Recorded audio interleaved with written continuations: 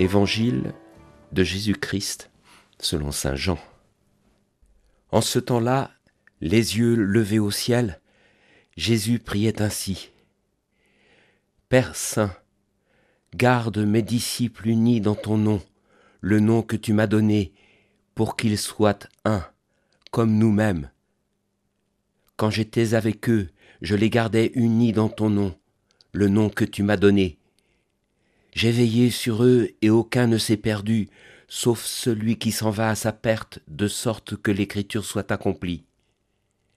Et maintenant que je viens à toi, je parle ainsi, dans le monde, pour qu'ils aient en eux ma joie et qu'ils en soient comblés. Moi, je leur ai donné ta parole, et le monde les a pris en haine, parce qu'ils n'appartiennent pas au monde, de même que moi, je n'appartiens pas au monde. Je ne prie pas pour que tu les retires du monde, mais pour que tu les gardes du mauvais. Ils n'appartiennent pas au monde de même que moi, je n'appartiens pas au monde. Sanctifie-les dans la vérité, ta parole est vérité. De même que tu m'as envoyé dans le monde, moi aussi, je les ai envoyés dans le monde.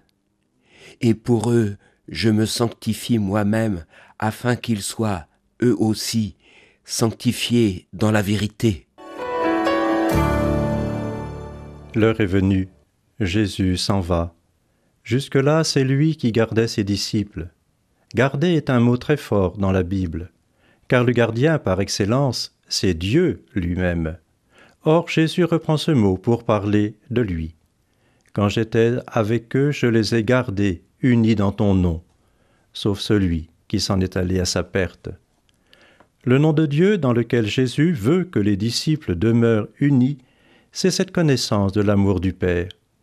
Et Jésus demande au Père de protéger leur foi. Saint Pierre nous le dit en s'adressant aux premiers chrétiens. Il leur dit « Vous, que le Père garde par la foi ». Jésus prie ardemment pour que ses disciples soient maintenus dans la lumière de la révélation de cet amour inouï du Père, afin que la joie de Jésus soit aussi la leur.